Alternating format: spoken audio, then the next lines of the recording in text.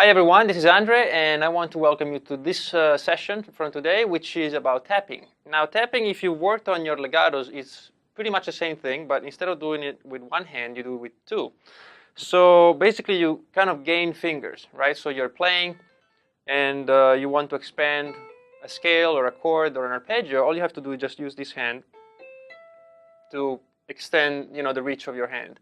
Now, of course, you lose the ability to use a pick, but it's fine, because by the time we're done today, you'll have such control of these fingers that you won't miss a pick at all. All right, so there's maybe a couple of things you should keep in mind when you do tapping. One is that everything you did for your left hand with legato applies to the right hand. So again, fast movement to hammer the strings, okay, with a bit of force, without overdoing it, and also control of vibrations. Every time you hit the neck, you set the whole guitar in motion and the strings sympathetically start to vibrate. So you have to control the way you do it, because otherwise you get a bunch of vibration in all the strings, and then if you let it build up, it's going to muddle your sound. And also, if you have distortion, it's going to be a big problem. Okay, so one thing you can do is to actually rest the whole hand over the neck. I actually play like this. I just rest the whole hand on the neck and just use the finger and the string I need. And everything else is actually muted by this hand, right? This is, of course, for the strings that are, if you go from the bottom of the neck up, is for the strings you haven't played yet. Now, if it's the ones you have already played, like, for example, now the first three strings that I played already, then this hand takes care of it. This finger is resting a little bit on it. Okay, so that's, and we'll look at this as we progress today. Is there anything else for tapping? Well, that's pretty much it. I'm sure we're going to find out new stuff as we go along. So I'm going to show you now one exercise that's very simple, and then we'll get you started with the technique.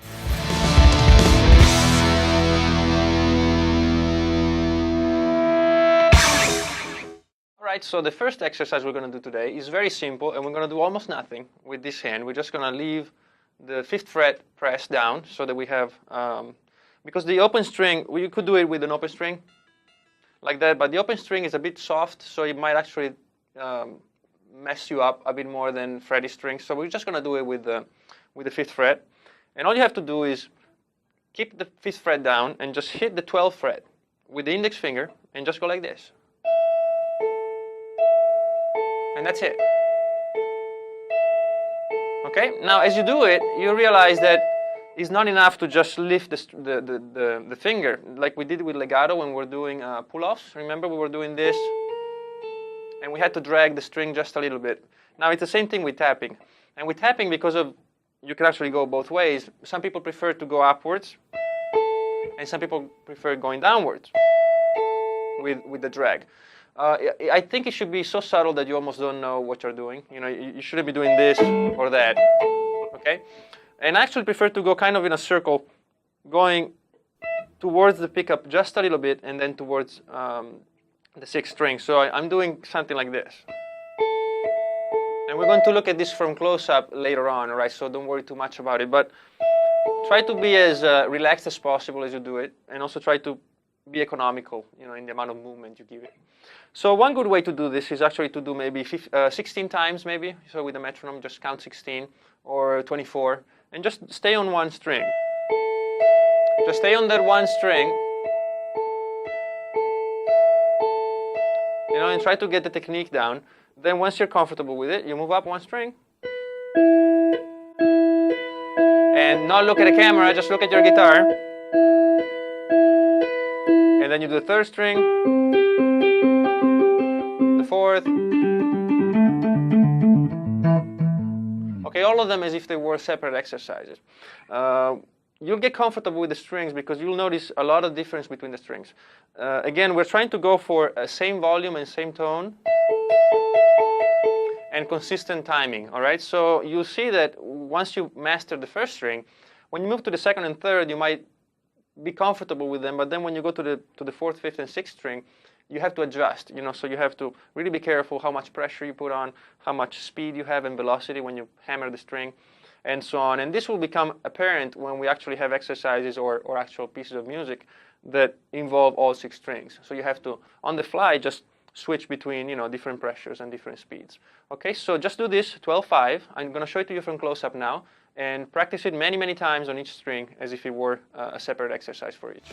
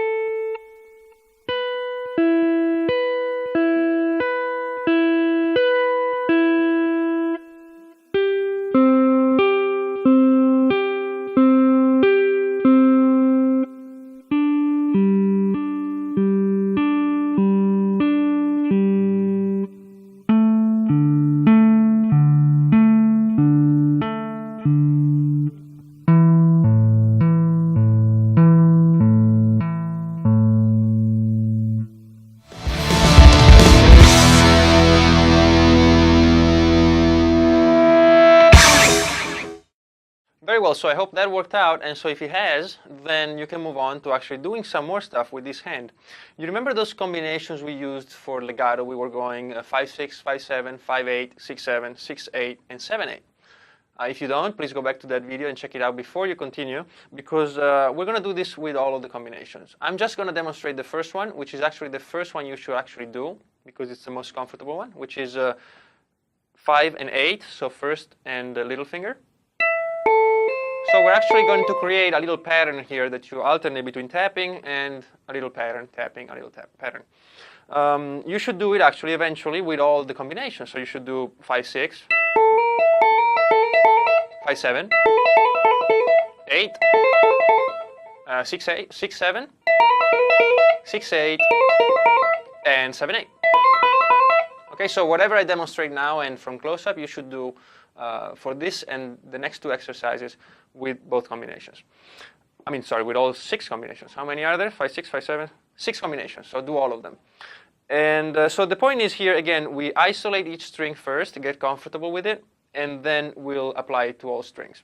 So let's get started. We do 12 again with the right hand, and we go back to 5 just as before.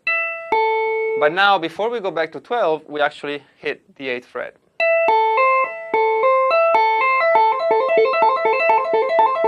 So we're actually playing a mix of legato, because we're doing a hammer-on here, and then we're doing tapping, and then we're dragging both, the 12th fret down to the 5th fret. So we're using pretty much every possible technique that involves hammer-ons and pull-offs. Again, do it on all the strings. Figure out what, here. If I want to get a consistent tone here, I have to really change the way I do it. So, and that's unexplainable. You have to try it and really strive for that even sound. And once you're comfortable with it, what you do is give it a number. So let's say you're kind of comfortable, but not too much. So you do 16 times each string. So you go 1. That's 16 times. So as soon as I'm done with those 16,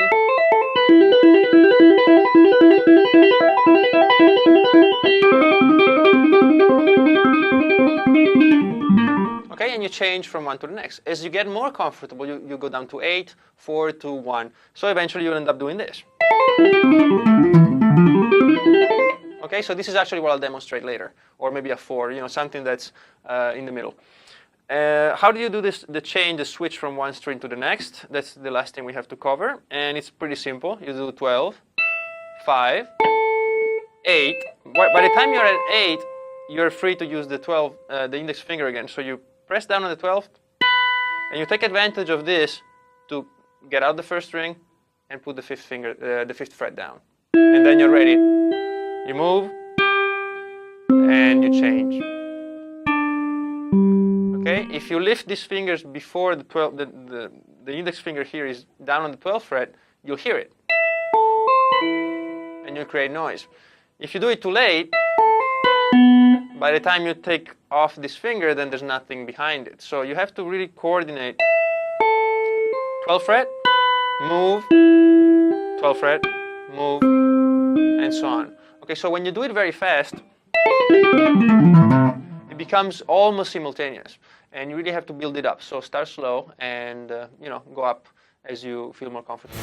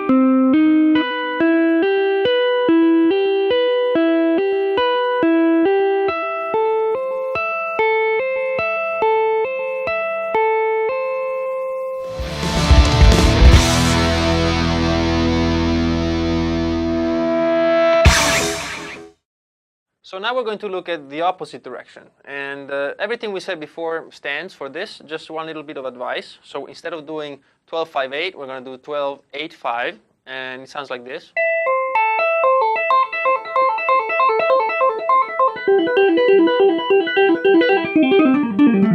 So we're going descending. And it's almost as easy. The problem is with changes. When you change, it's just a bit more difficult because you have to take really good care with your little finger instead of the index finger. As you know, it takes a bit of time to get used to that.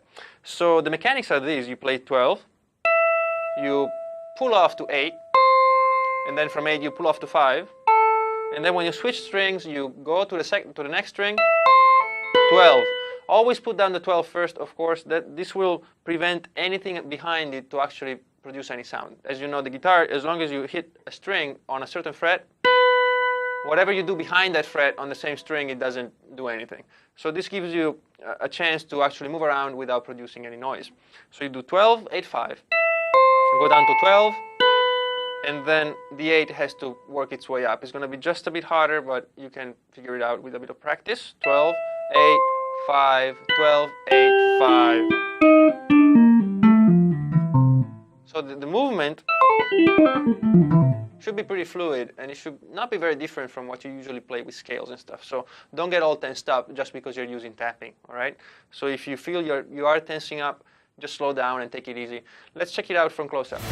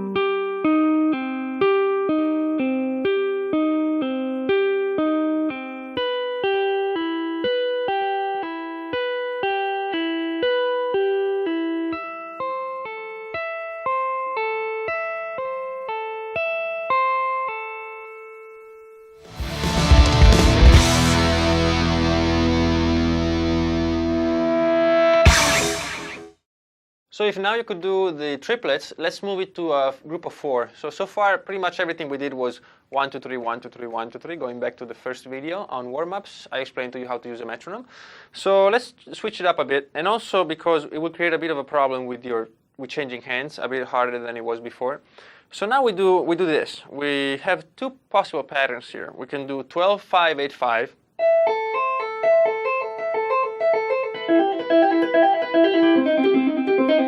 Like that. Or we could do 12, 8, 5, 8.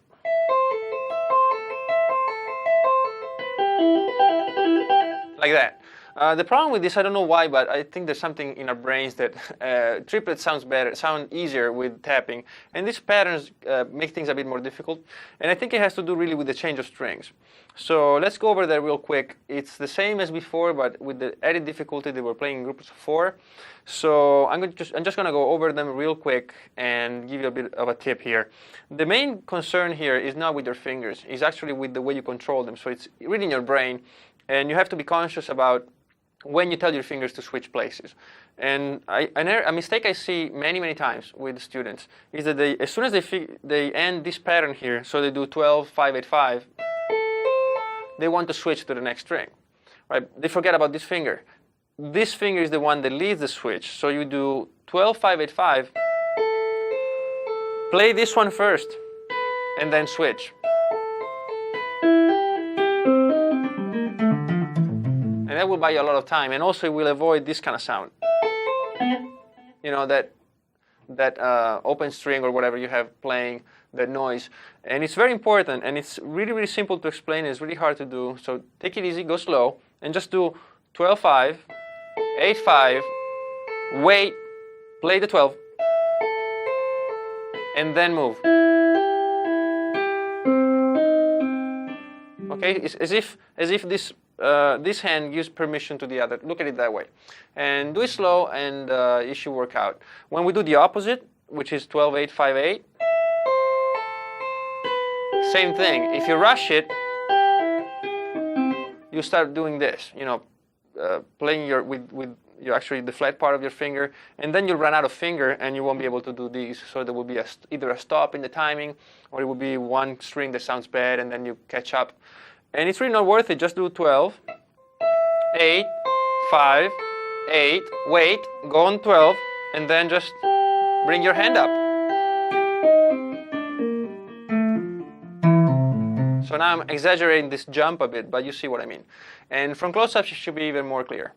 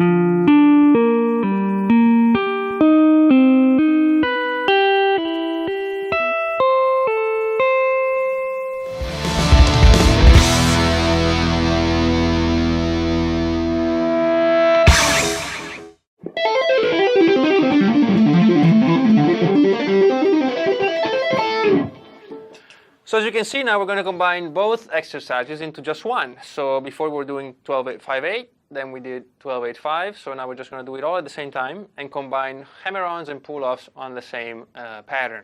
So it's very simple. We do the first one, and then instead of changing strings or repeating it, we just go straight into the second one. So all together.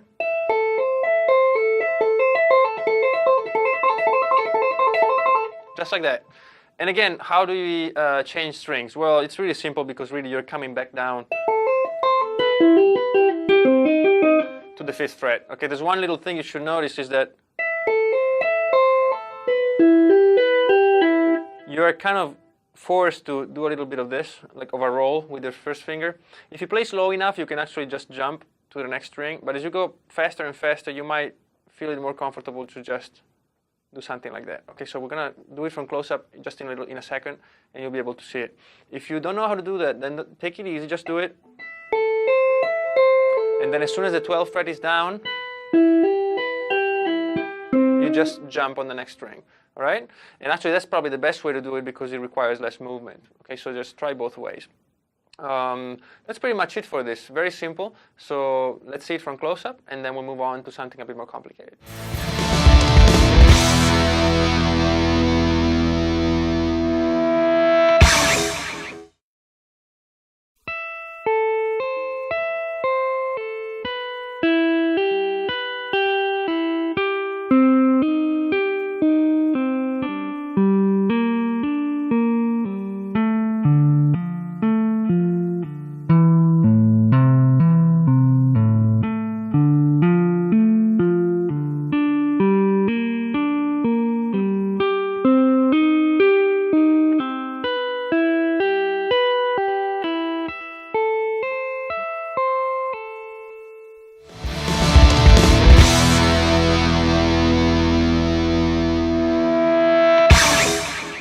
So by now you should be comfortable with just playing these patterns that we used, and please make sure to go back to the legato video and try to apply all these possible combinations that we saw then to all these exercises that we've done up until now. So those were cool, but they're kind of static, so you just generate this particular sound and you're kind of stuck with it until you move the strings.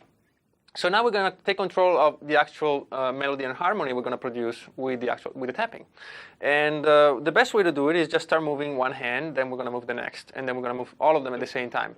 Moving the hands around allows you to actually take advantage of whatever you know about chords, about arpeggios, and about scales, and just play these things as if you were actually playing with a hand that has 8 fingers, right? So that's the whole point. The way we learn about this is just take it one step at a time.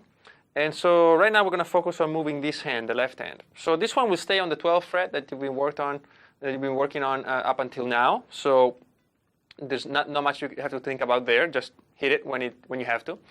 And then this hand will take this pattern, which is one finger per fret, and we're going to use the first finger and the little finger. Okay, just these two. So we move them around always in the same pattern. They're always going to cover 4 frets, and you're always going to use first and fourth finger. And what we're going to do now is actually do this. 12 stays there. We do 5, 8. Move up the whole group here. We move it up 2 frets to 7 and 10. We're going to move down 3 to 4 and 7. And then we're going to move up again 1 fret to go back where we were. So it sounds like this. Like that. How fast should you move? How many repetitions you should have on the left hand? It really depends on how comfortable you are. So again, as always, start with long sequences, maybe 16 times each one. And then you go down and down until you reach 1 sequence per group. Anything to be careful about is really the same thing as before. You hide behind the 12th fret. And then you can move. See? I don't do this, because then I get all these weird slides and strange sounds. I just wait for this, and then I can just move.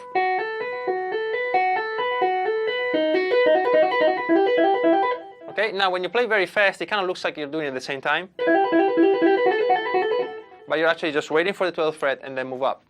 Okay, let's have a look from close-up, and then we're going to move this other hand.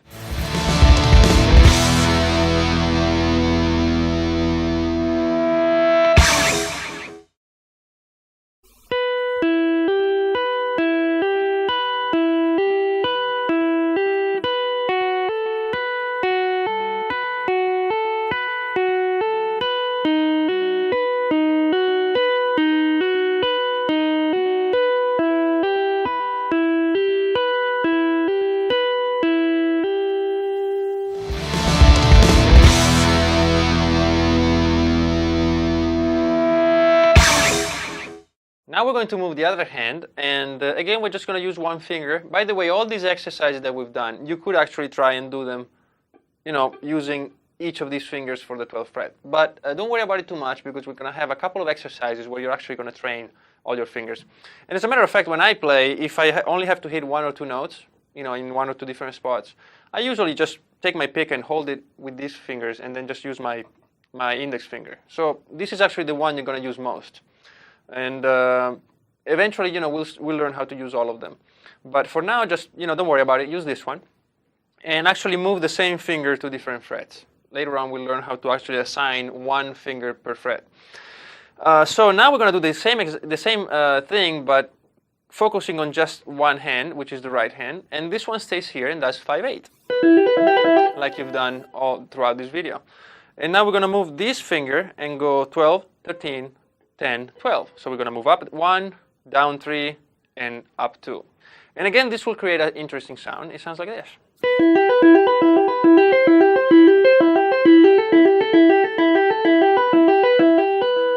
You see that? So you get all these different sounds. This sounds like a group to your ear. And then when I move, it sounds as another group. And this actually underlines certain chords. So we're playing E minor, C major, and so on. And again, not much to explain here. You don't even have to worry about changing this hand. So just do it slow and...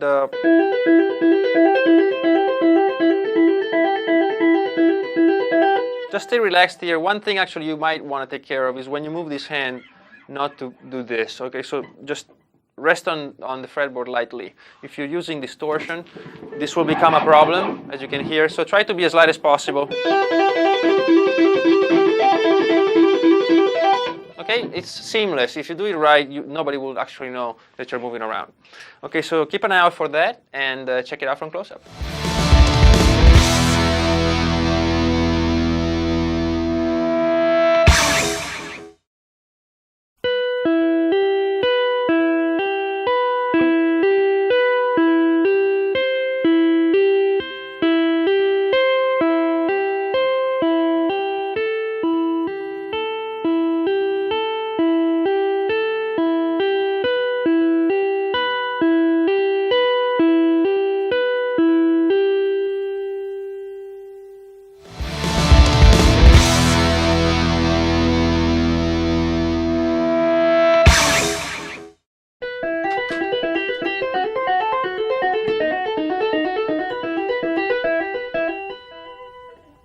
Very well, so now we're going to put it all together and move both hands at the same time. Nothing new to explain, so you're just going to go ahead and do it. Again, spend as much time as you need on each of the sections. So if you want to do 8 of them,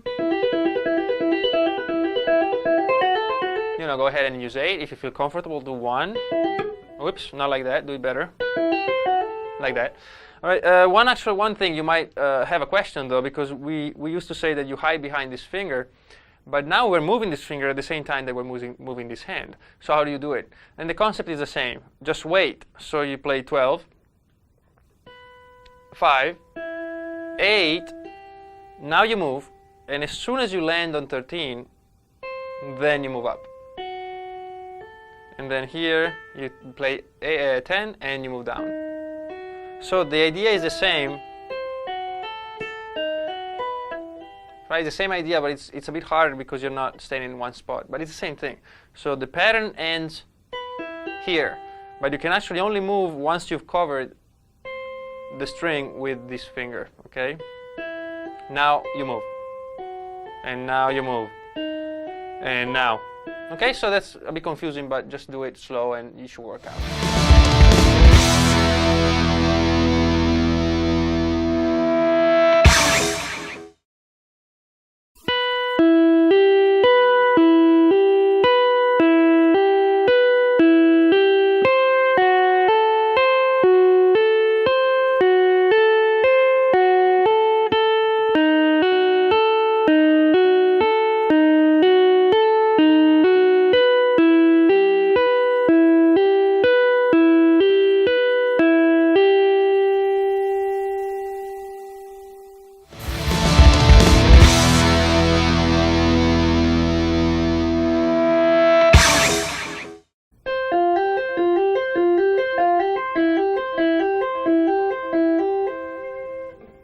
So what you're hearing now is actually a chord progression. And it sounds strange to say that because I'm not playing chords, but what I'm doing is I'm taking the arpeggios from separate chords and use them as a sequence. So, for example, what I'm doing now is I'm playing F, G, and C. So if you put these in perspective, it's actually a C with a fourth, which is the F, and a fifth, which is a G. So altogether gives me a G suspended fourth.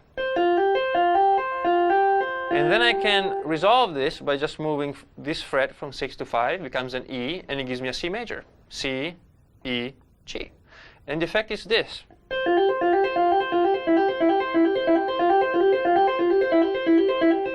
Right, so it sounds like a chord progression. It sounds something like a chord G sus4 resolve into C major. The same kind of information, but of course it sounds different because we're using just a few of the notes and we're using them melodically instead of harmonically. And you can do this with all kinds of chords. You can just come up with whatever progression you have and figure out where they are on the neck. You don't have to follow an order. So you don't have to do, if the chord is C, E, G, you don't have to play the C first and then the E and then the G. You could.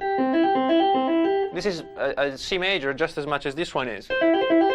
And then you could actually do this and play the same notes, G, C, E. It's all C major. Right? So just do whatever feels good and also do whatever you think works best when you resolve it. So in this case, I like the fact that I'm moving as little as possible. And I'm not being lazy, just for harmonic continuity, it's better to do it that way. The less movement, the better. And then you can do it with all kinds of stuff. So we can try maybe playing a B here. We can play an E and maybe an F sharp. So this gives us a suspended second chord. And then we can go up to minor. You can do it just once. So this gives you a more exotic chord. And so on. You can do it with pretty much anything. So if you already know a bit of theory and some chords, go ahead and explore. And now we're going to move on to using all 4 fingers of this hand.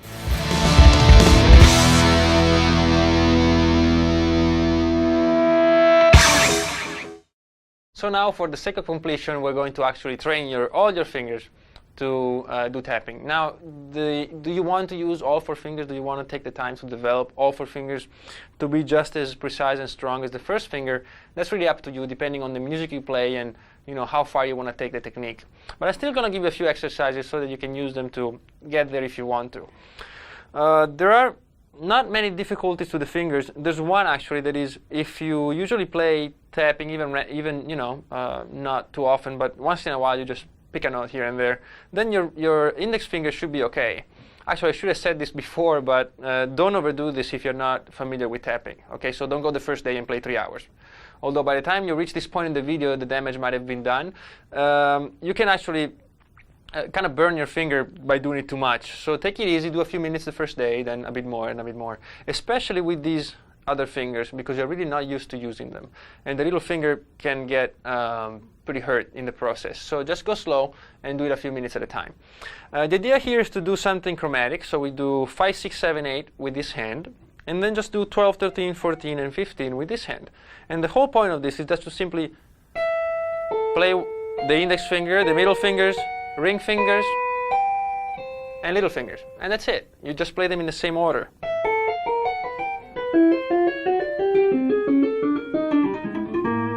You might have a hard time actually hitting the string with the little finger because it makes weird movements. So remember, all you have to do is just a little tap. Okay, just a little tap with all fingers. Don't start doing weird stuff. Okay, just one movement.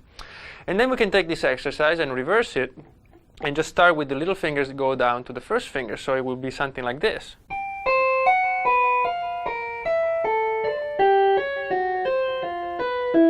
Like that.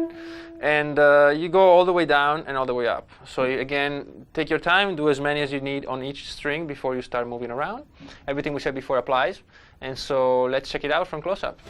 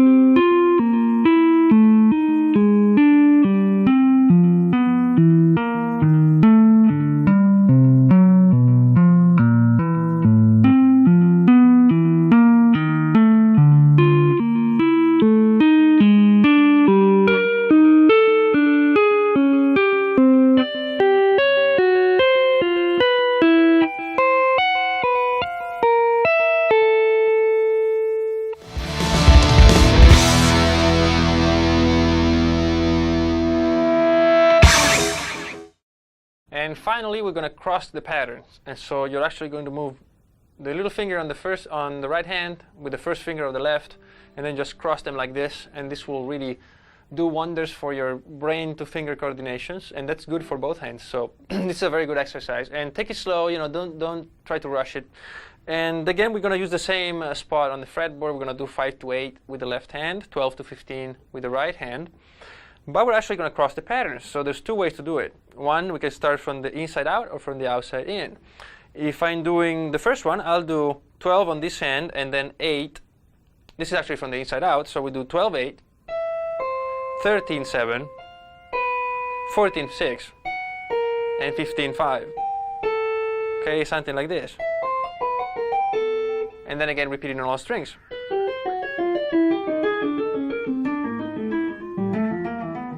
Like that. And if we want to go from outwards in, we do 15, 5. And work our way towards the center of the guitar. Like that. So this looks kind of easy, but when you're doing it, and if you bring it up to speed, it will be kind of weird. You won't know where to look and all that. And it's very useful not only for tapping, but for pretty much any technique, because it reinforces your brain to finger coordination. So this, even if you're not into crazy tapping stuff, you can still do it and take advantage of the benefits of it. So now we're going to move on, and we're going to actually see this from close up first, and then I'll show you a couple of excerpts from 2 songs that use tapping. One is just with 1 finger, and then one with a bit more. So try to master this one first, and I'll see you there.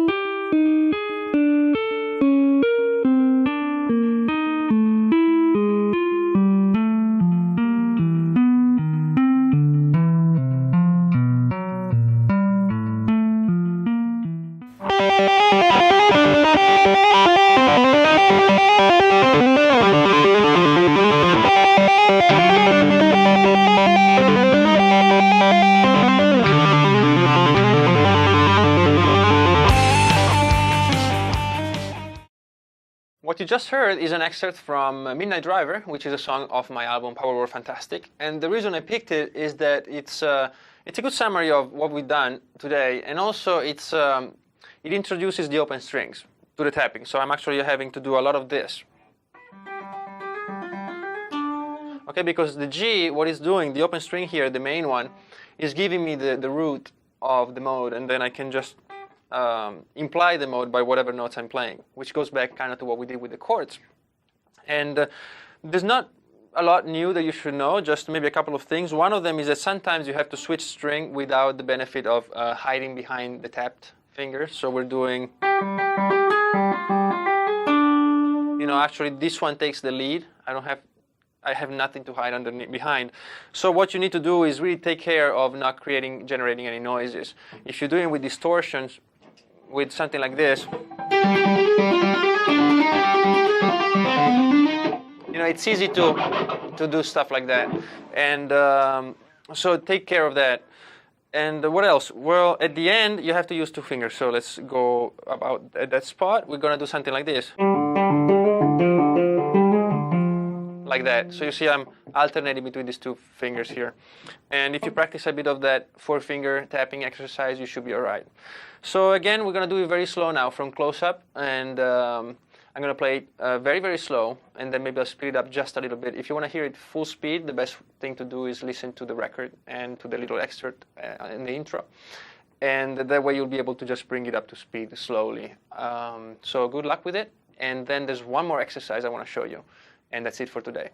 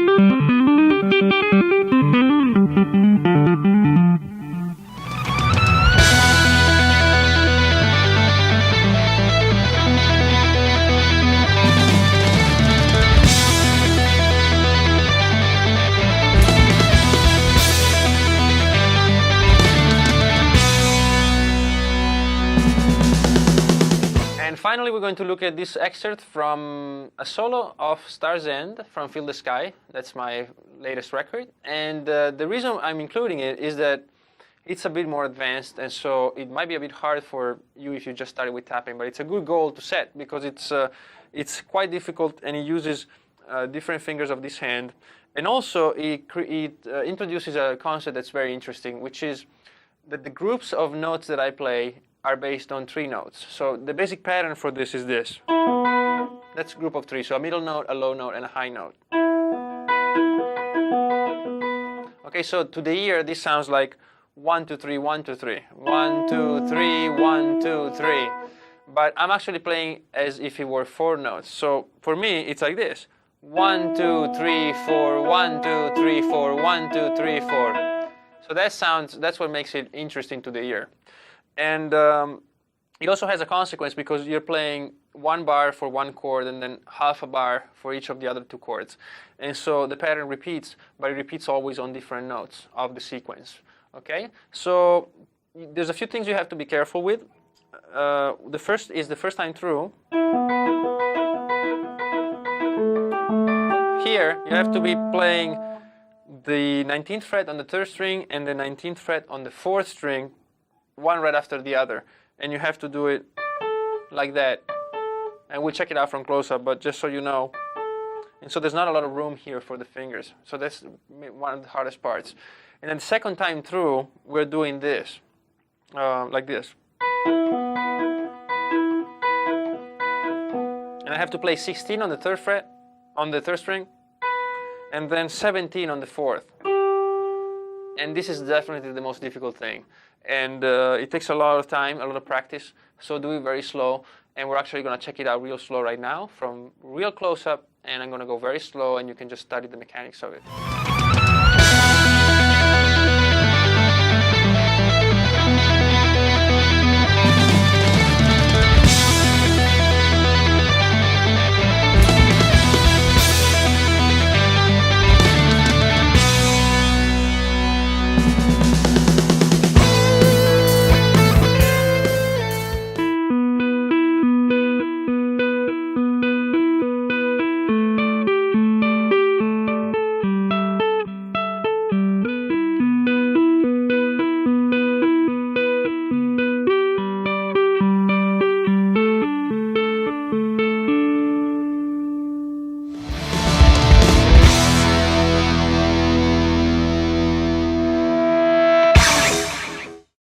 Very well then, you reached the end of this workshop as well, so congratulations. I hope you found it useful and that you could follow along.